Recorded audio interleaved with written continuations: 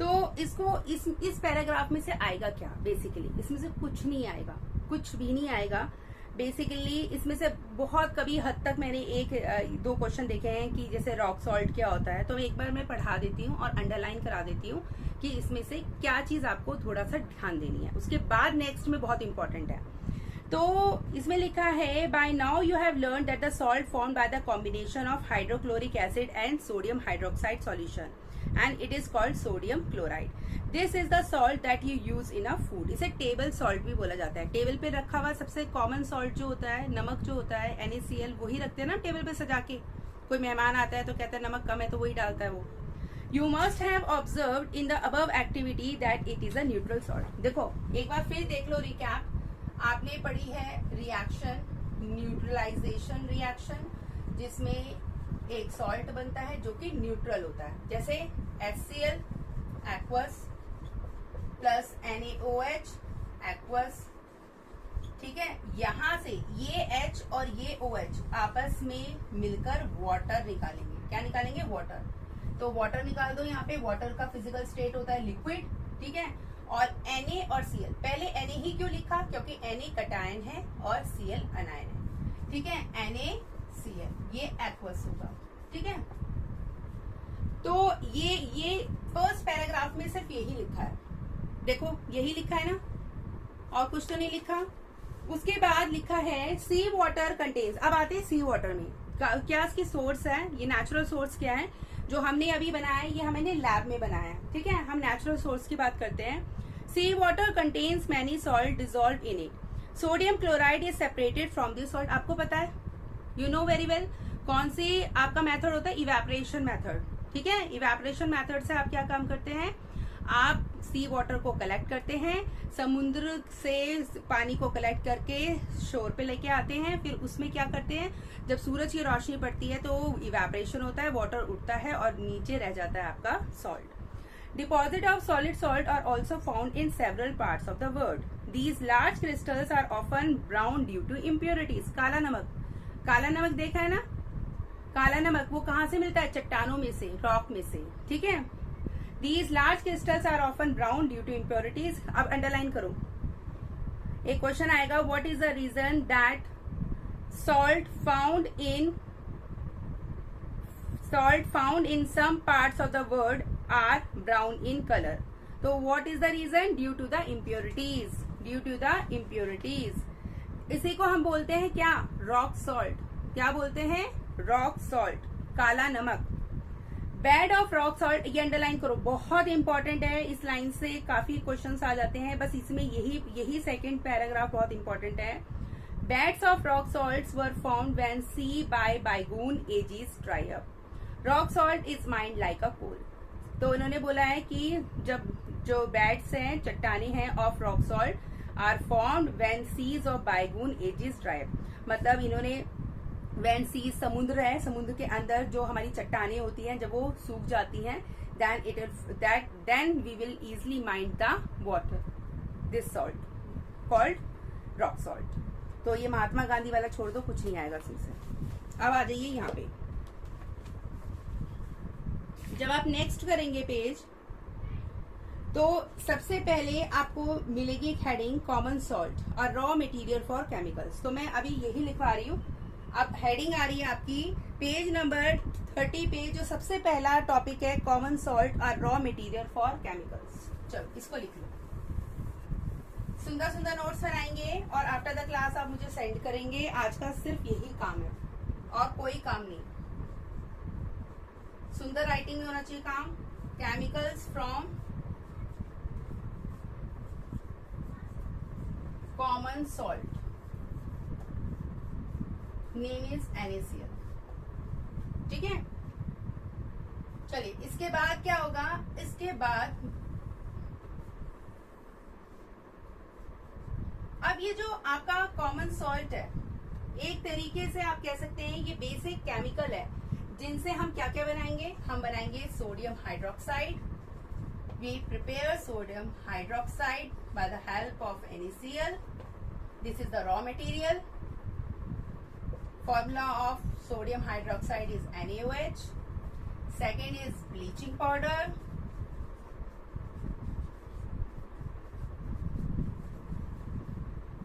The formula is calcium oxychloride. We also called it calcium oxychloride.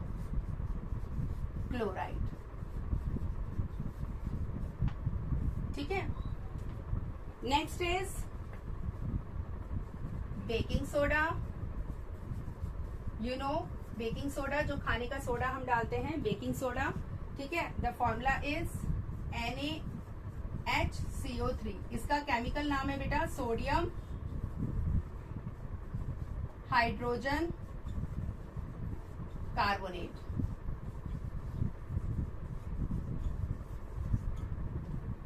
ठीक है. सबसे पहले सिर्फ कॉमन सॉल्ट. आप समझ सकते हैं कितना इंपॉर्टेंट है कॉमन सॉल्ट, कितना इंपॉर्टेंट है.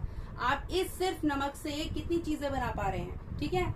इनका सबका अपना इंडस्ट्रियल यूज है. आप इनको डेली लाइफ में भी यूज करते हैं. बेकिंग सोडा यूज करते हैं, bleaching powder, bleach, even textile industry में ब्लीचिंग पाउडर का बहुत इंपॉर्टेंट रोल है. ठीक है. इवन ब्लीच जो हमारी कॉस्मेटिक्स होते हैं उसमें ब्लीचिंग पाउडर हम यूज करते हैं. सोडियम हाइड्रोक्साइड, ये भी हमारा केमिकल बहुत लार्ज स्केल पे यूज होता है. उसके बाद दो और हैं, और यही सारी चीजें हम इस पूरे चैप्टर में अब आगे कवर करेंगे एक एक करके. Washing soda. ठीक है. वॉशिंग सोडा यूज करते हैं. वॉशिंग सोडा का फॉर्मूला है बेटा सोडियम कार्बोनेट .10H2O. अब ये .10H2O का मतलब समझिए, यहाँ पे 10 मॉलिक्यूल्स वाटर के अटैच्ड है with sodium carbonate, and these 10 molecules of water is known as water of crystallization. These 10 molecules of water is known as water of crystallization. ठीक है. water of crystallization. अगर आप इसके बिना लिख दिया, मान लीजिए आप पेपर में लिख रहे थे और लिखते लिखते आप वॉशिंग सोडा में 10H2O लगाना भूल गए, तो ये वॉशिंग सोडा नहीं होगा, इसका नाम होगा डेड एश, मरी हुई राख, डेड एश. समझ में आ रहा है. इसलिए अगर आप फॉर्मूला लिखेंगे वॉशिंग सोडा का तो ये पूरा कंप्लीट लिखेंगे. क्या लिखेंगे? Sodium carbonate .10H2. अब मान लीजिए आपका वाइवा हो रहा है, इस बार बहुत अटेंटिव रह रहा है आपको. आपसे पूछा गया है what is the meaning of these 10 molecules of water. तो आप बोलेंगे ma'am yes sir, these are the water of crystallization which are very lightly bound with the molecule. जैसे आप इसे हीट करेंगे, गर्म करेंगे, ये 10 molecules टाटा बाय बाय करके उड़ जाएंगे. ठीक है. Now the last one is plaster of Paris. Is it visible? Is this part is visible? Yes, ma'am. Plaster of Paris. The formula is calcium sulfate .12H2O. Sulfate .12H2O. Again, .12H2O is the water of crystallization which is very lightly bound with the molecule called calcium sulfate. ठीक है बेटा. एक बार इसको cover कर लो तो एक तरह से आपको पता लग गया कि how important is the common salt and what are the sources of common salt. We obtain the common salt by the chemical method. By chemical method means by reacting acid with a base. By reacting strong acid with strong base, we get sodium chloride, and also from the natural sources, from the sea water and from the rocks. ठीक है. चलिए, copy हो गया. चलिए आगे. अब आप अपनी बुक में देखेंगे पेज नंबर 30 में, उसके नीचे आपको एक हेडिंग नजर आएगी सोडियम हाइड्रोक्साइड. नजर आ रही है ना पेज नंबर 30 में नीचे सोडियम हाइड्रोक्साइड. अब हम सोडियम हाइड्रोक्साइड की ही हेडिंग को समझेंगे. ठीक है. Should I rub this?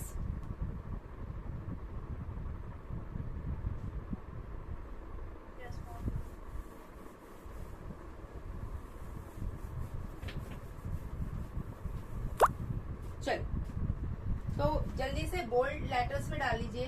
Very important, बहुत ही इंपॉर्टेंट है. बाकी के जितने भी सॉल्ट्स हैं, ये जो मैं आप एक एक करके आपको पढ़ाऊंगी, ये अपने आप में बहुत इंपॉर्टेंट है. जो ये पूरा चैप्टर है, इसका 60 to 70% जो क्वेश्चंस हैं वो इसी टॉपिक से आते हैं, सोडियम हाइड्रोक्साइड. ठीक है. First one. तो होगा क्या? सबसे पहले देखो, मैं अभी कुछ बना रही हूँ बोर्ड पे, आप उसको देखो पहले. ठीक है.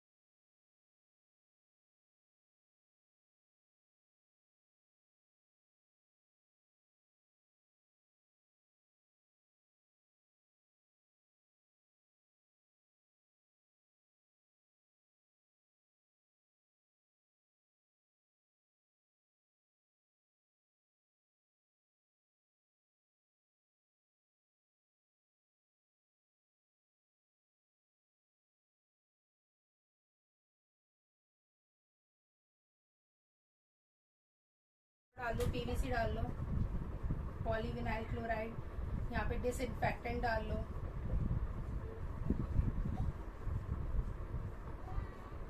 CFC डालो, क्लोरोफ्लोरोकार्बन्स, ठीक है। पेस्टिसाइड्स डाल लो, पेस्ट्स को मारने के लिए केमिकल जो यूज होता है पेस्टिसाइड्स, जैसे रैट्स, रोडेंट्स वगैरह। तो सबसे पहले सोडियम हाइड्रोक्साइड, इसकी जो हमें प्रिपरेशन करनी है वो करनी है किससे? By the help of NaCl। तो सबसे पहले क्या लिखना है? सबसे पहले when electricity is pass through an aqueous solution of NaCl means brine, it decompose to form NaOH। सबसे पहले हम क्या काम करेंगे? हम एक सॉल्यूशन तैयार करेंगे और वो सॉल्यूशन किसका होगा? NaCl का। मतलब आप टेक द वाटर, आप वाटर ले लें और उसके अंदर क्या ऐड कर दें? नमक, NaCl, ठीक है। NaCl आप ऐड करेंगे, उसको सैचुरेटेड लेवल तक ले जाएं, उस लेवल तक ले जाएं जब तक नमक नीचे बैठना शुरू ना कर दे। जब नमक नीचे बैठना शुरू हो जाएगा तो उस समय उसका सैचुरेशन पॉइंट आ जाएगा, मतलब उससे ज्यादा नमक नहीं घुल सकता।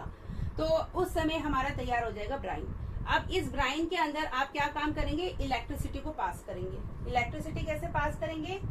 ये आपने क्या कर रहे हैं? What are you doing? You are doing electrolysis. क्या कर रहे हैं? इलेक्ट्रोलाइसिस। तो इलेक्ट्रोलाइसिस करेंगे जिसमें आप पाएंगे कि ब्राइन जो है, मतलब सैचुरेटेड सॉल्यूशन जो NaCl का है, वो टूट रहा है, डिकम्पोज हो रहा है, और उससे हमें क्या क्या मिल रहा है? NaCl plus water. This is what we call brine. क्या है ये? ब्राइन।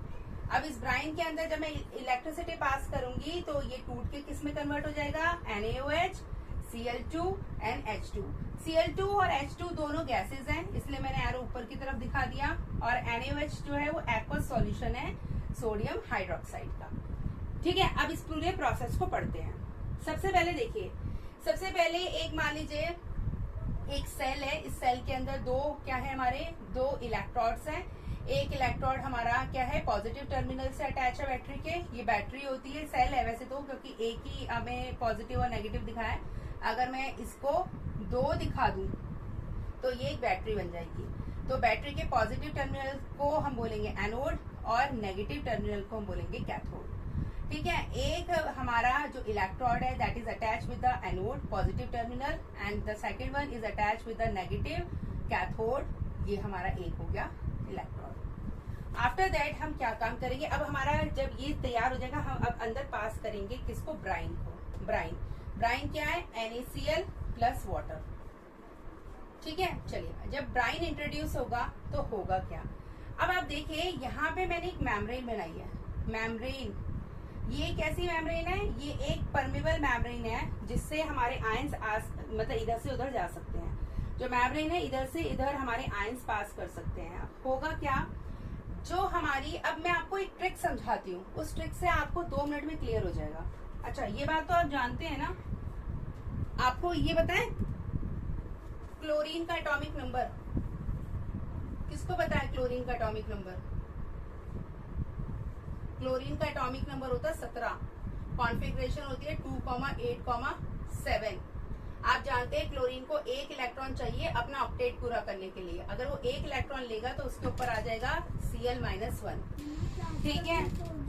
हाइड्रोजन का एटॉमिक नंबर होता है 1।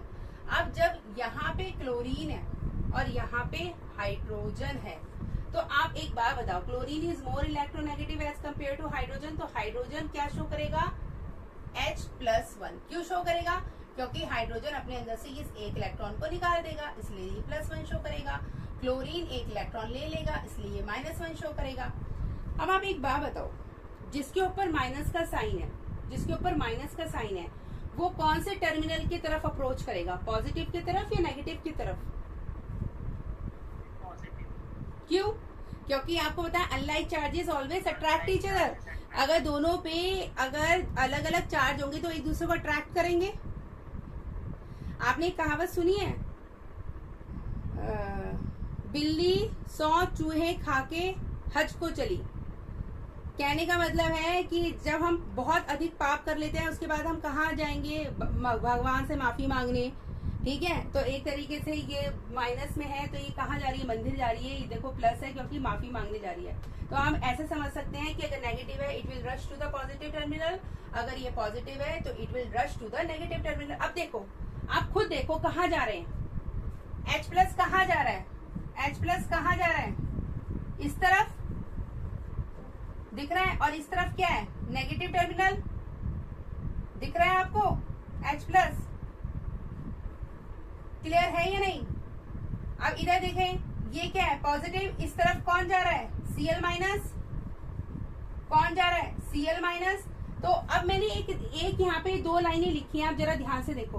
अगर Cl जा रहा है पॉजिटिव की तरफ, मींस एनोड की तरफ, तो Cl जो गैस है वो कौन से इलेक्ट्रोड पे रिलीज होगी, बताओ, एनोड पे। एट एनोड कौन सी गैस रिलीज होगी, क्लोरीन। अगर कैथोड की तरफ H प्लस जा रहा है तो कौन सी गैस रिलीज होगी, हाइड्रोजन। रटने की जरूरत नहीं है, अगर आप रट के जाओगे तो आप भूल जाओगे। आपको सिंपल इनकी एटॉमिक नंबर आपको याद हो जाने चाहिए, कई जगह आपको काम आएंगे। क्लोरीन के ऊपर नेगेटिव चार्ज होता है तो ये पॉजिटिव की तरफ जाएगा, इसका मतलब एनोड पे आपकी कौन सी गैस निकलेगी, क्लोरीन। और अगर हाइड्रोजन के ऊपर पॉजिटिव चार्ज है तो वो नेगेटिव की तरफ जाएगा, इसका मतलब कैथोड पे कौन सी गैस निकलेगी, हाइड्रोजन। इज इट क्लियर और नॉट? Yes ma'am. अब इसके बाद आपके पास ये दोनों का, इन दोनों का तो डिस्कशन हो गया। अब रहा NaOH। अब आप NaOH को देखो, NaOH के अंदर दो आयंस हैं, एक है आपके पास Na प्लस और एक है आपके पास OH माइनस। दिख रहा है आपको, दिख रहा है Na प्लस और OH माइनस। तो Na प्लस कहाँ जाएगा, Na plus will rush to the negative, negative की तरफ जा रहा है, और OH माइनस किधर जा रहा है, OH माइनस जा रहा है आपका पॉजिटिव, क्योंकि वो नेगेटिव साइन है। दिखाई दे रहा है, ये जो मैंने आयंस का जो मैंने मूवमेंट दिखाया है वो इस डायरेक्शन में दिखाया है जिस डायरेक्शन में उनका अपोजिट चार्ज है। अगर प्लस है तो माइनस की तरफ, माइनस है तो प्लस की तरफ। समझ में आ रहा है? Yes ma'am. तो ये चीज बना लोगे, ये सिर्फ मूवमेंट किसके वजह से है, जो अपोजिट चार्ज है। प्लस है तो नेगेटिव की तरफ दिखा देना मूव करता हुआ, और अगर नेगेटिव है तो प्लस की तरफ दिखा देना। तो एनोड पे कौन सी गैस निकल जाएगी, क्लोरीन। दिख रहा है आपको, मैंने दिखाया ना क्लोरीन बाहर निकलते हुए। इस वाले चैम्बर से कौन सी गैस निकल जाएगी, हाइड्रोजन, क्योंकि ये कैथोड है। ठीक है, ये पूरा क्लियर हो गया इतना। ठीक है, उसके बाद ये रिएक्शन है। उसके बाद अब आता है यहाँ कि ये जो NaOH है, Cl2 निकल गया, H2 निकल गया। अब ये NaOH है, ये कहाँ पे जाएगा, किधर जाना चाहिए। तो ये जो NaOH सॉल्यूशन है ये फॉर्म होगा near, it is form near the cathode electrode. तो कैथोड इलेक्ट्रोड के पास इस तरफ, नॉट इन दिस डायरेक्शन।